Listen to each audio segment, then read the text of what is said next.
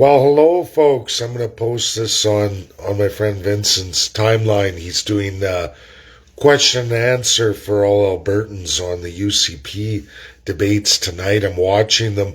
I just want to let everybody know clearly the fix is in for Danielle Smith. It's devastating. It's hugely problematic for the province of Alberta, for all Canadians and all First Peoples. Is her rhetoric in the Sovereignty Act, is it factual or is it a full-blown lie? Folks, Section 92, which is most of everything that should be for each and every province of Canada, is not going to be made available through sovereignty, as Danielle Smith says, by overstepping Section 91. And anyone who hasn't read their very lengthy Constitutional Act of Canada, all four parts consolidated into one, published for everybody in a day. You can't just read the portions of the Canadian Constitution as you see fit. You need to actually go through it in real legal speak, in the real design of the Canadian Constitutional Act from B&A all the way through to 1982 and all 11 amendments. All of them. You have to. And you have to read it as it's designed. There are many world academics. You can go to Harvard, Yale, Princeton, Oxford. They'll all teach you exactly the design. In fact, a very good friend of mine, I should have tagged in this video, has a whole course published for any Canadian who wishes to take it, that teaches you how to read Canada's Constitution. In fact, he's so well versed, such a renowned world expert, folks. He now resides in the United States. He's director of law at Texas. He's been on stages of Russian courts, all of the EU. He is world recognized, by far, bar none, the number one Canadian expert to ever currently be living in Canada, or probably before him. He's the best, and he talks in plain speak for everybody. An excellent education for me, but not just Dr. Richard Albert. There's literally hundreds of academic experts, world-ranked number one legal professionals. Harvard, Yale, Princeton, Oxford, Cambridge. We can go on and on and on. Literally 167 institutions in the world today. Experts, the best of the best. Section 91 clearly divides into federal powers. We can't make a sovereignty act. Folks, when you go very early on in the Constitution, number one, there is no sovereignty for anyone in Canada other than the first class, slimy, ridiculous politicians. Now, Sovereignty Act will apply for Danielle Smith and all of her friends, all of her appointments. But it won't. It will never pass for the second class. That's all your local domestic businesses in Alberta. You will be cut out of that. Third class citizens, you will be cut out of it. All of what are defined as a savage Indian under the Legal Indian Act, the only act, will decide your fate too, which removes entirely Section 92 to 95 from any of your privy.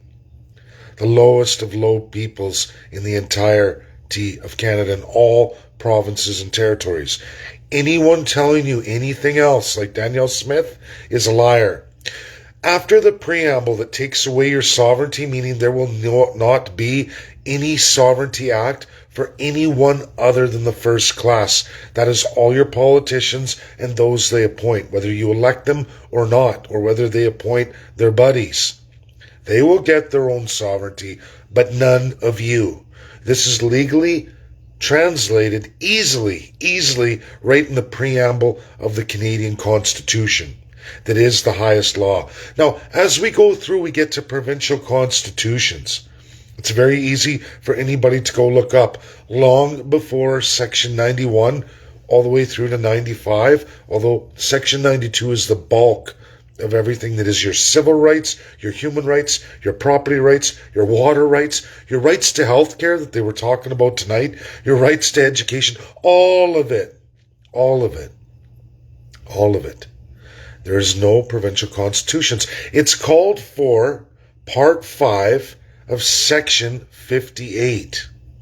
You read your Constitution, long before Section 91 and 92, they articulate the power of the Lieutenant Governor.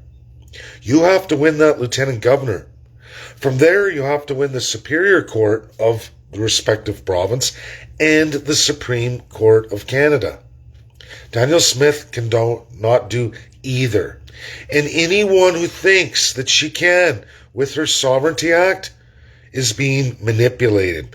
Clearly laid out in Section 58 is the power of the Lieutenant Governor.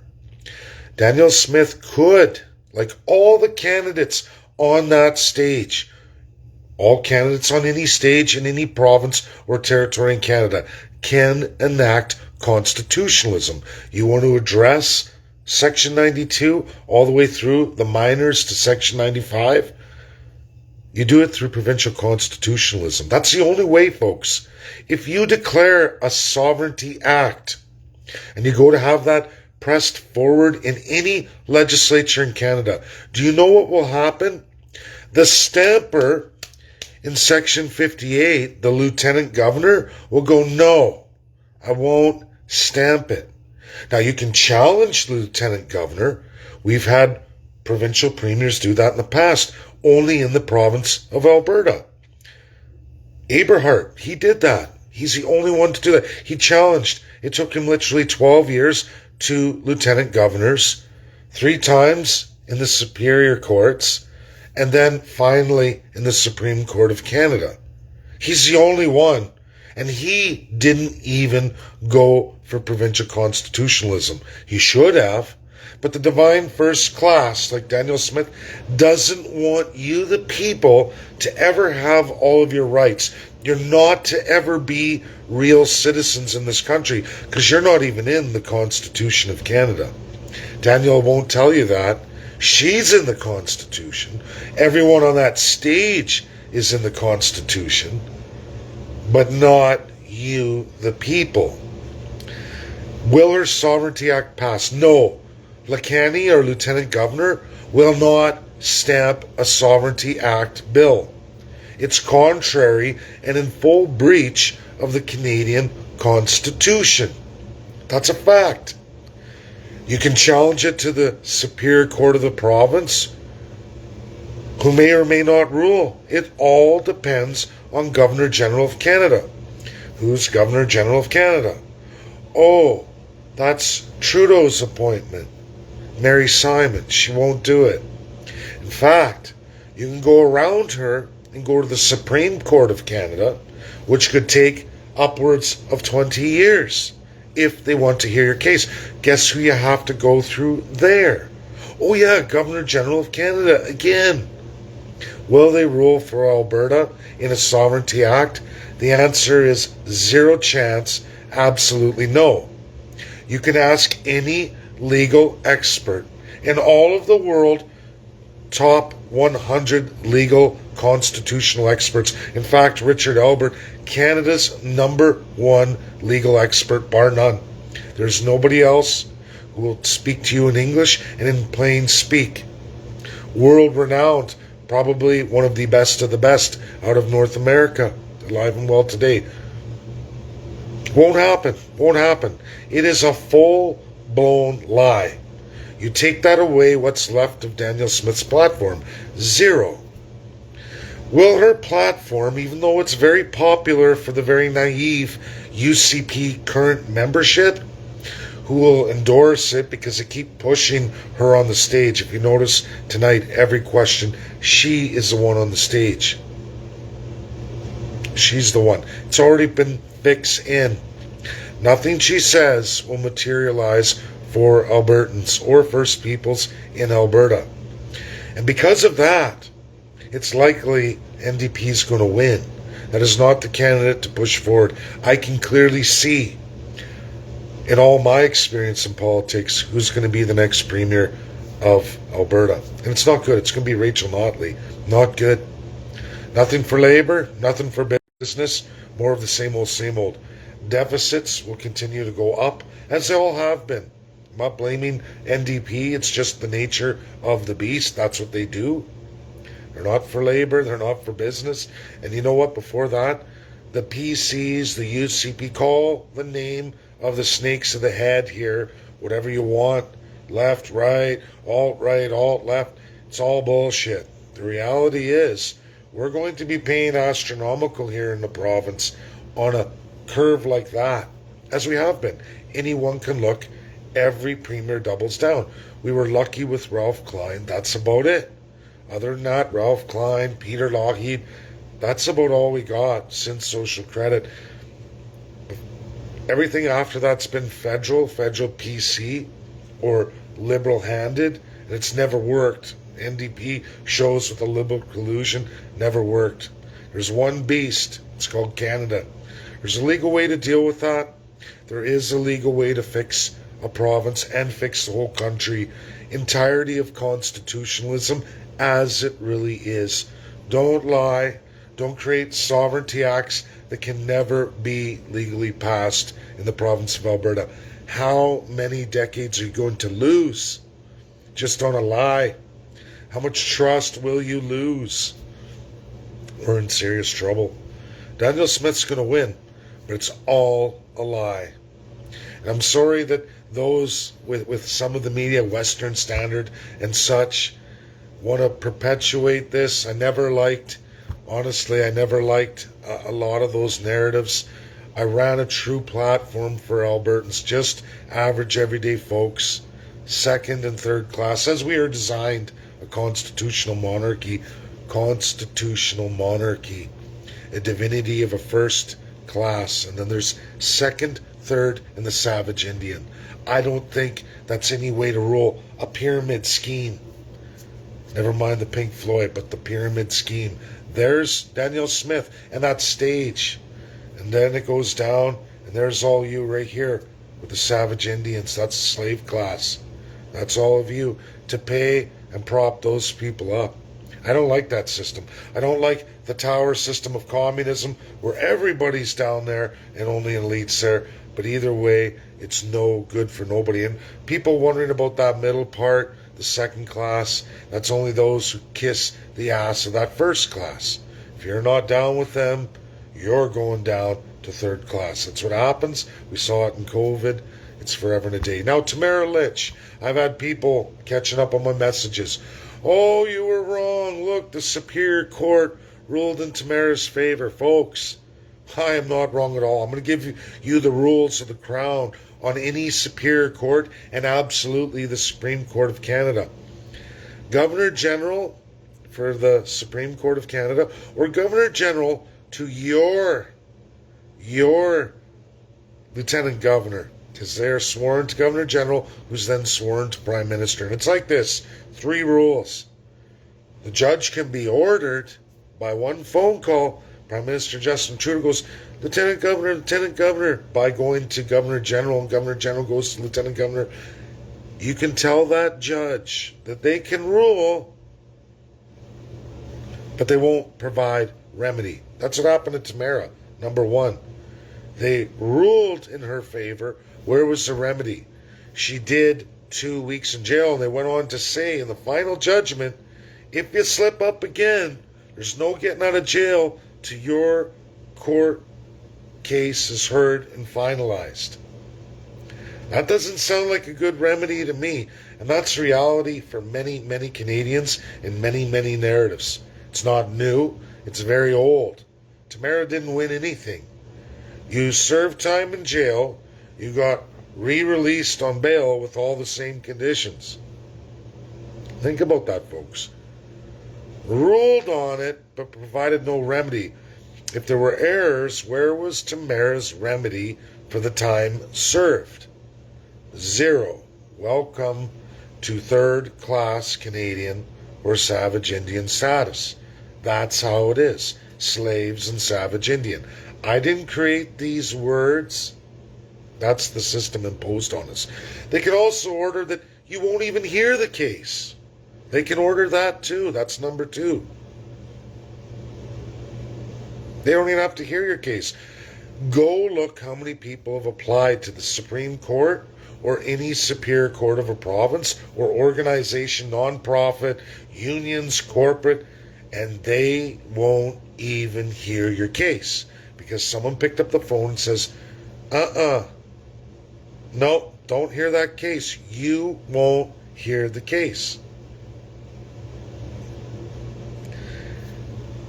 Third is hear the case, provide remedy. They can tell them, hear the case, and you will provide this remedy. Omar Khadr, you will hear that case, and you will give them a defined remedy. How is that done? Prime Minister to Governor General, or Prime Minister to Governor General down to each Lieutenant Governor. That's how it was done. That's how it's done. That's Canada. King's Court. Constitutional monarchy. Anyone telling you anything else is a liar. You've been given this gift of truth. It's up for all of you to share. I know people don't like things that aren't popular, that break the realm of reality, but that is reality. We have more videos coming up later in the week. I'm waiting for Pope Francis to finish his 6-day tour. It's clearly looking very much like he's chosen Satan, which was kind of suspected. I knew when I had sent the letter out with over 1,000 signatures of Canadians to all the bishops. It's there for anyone to look at on my timeline more than a year ago now today, where we hit all Canadian bishops and the Vatican, specifically Pope Francis, and they will not release the records. I'm not the only one. There are professors here in Canada, First People professors, who've tried to fight this fight, and they've lost clearly. Because Canada is guilty of a crime. They're guilty of a crime, and they will not be held accountable. The church is going to go with it. That is nothing of Jesus Christ. Jesus Christ gave the example of washing the feet.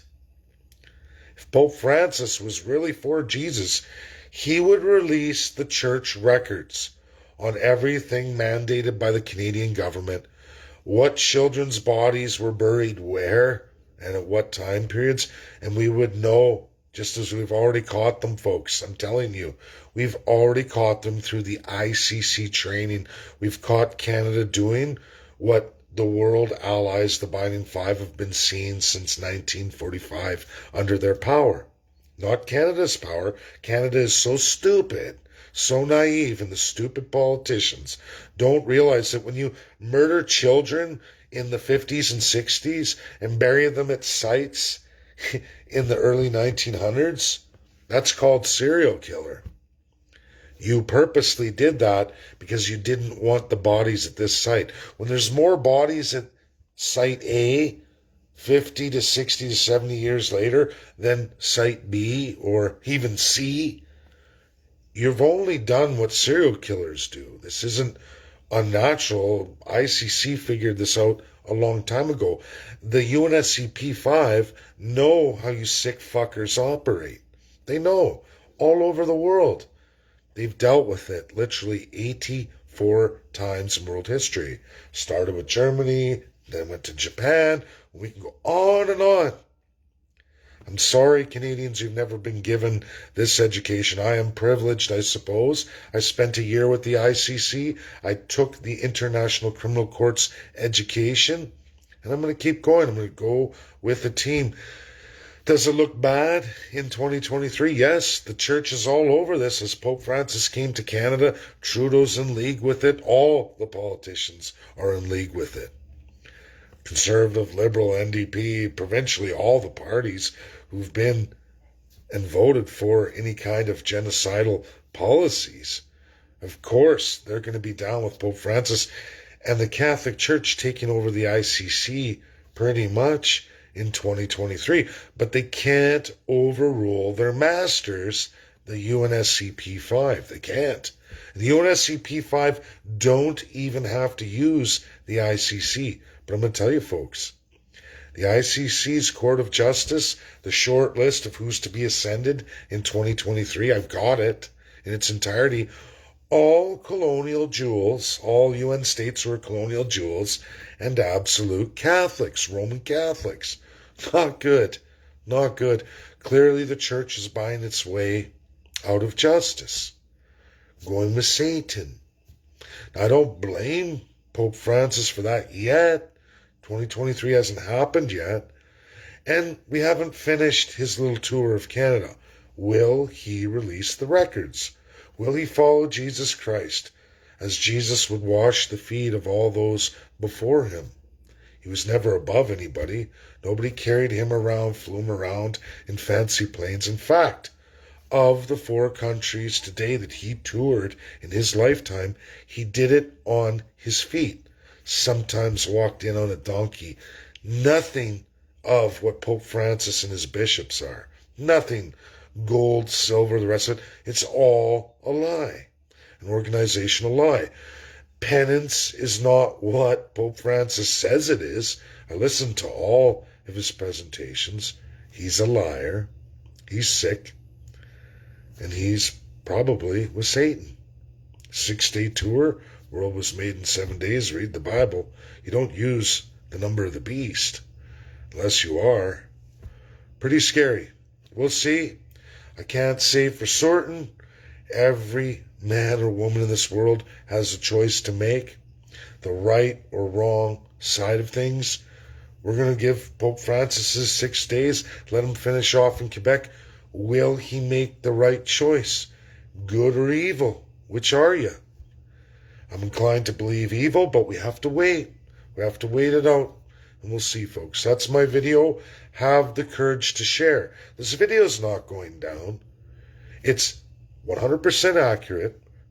2, it's verifiable. And 3, it's the right thing to do. Share it. Get it out there. It's not going down. You're not going to get red flagged for offensive material. The truth is the truth.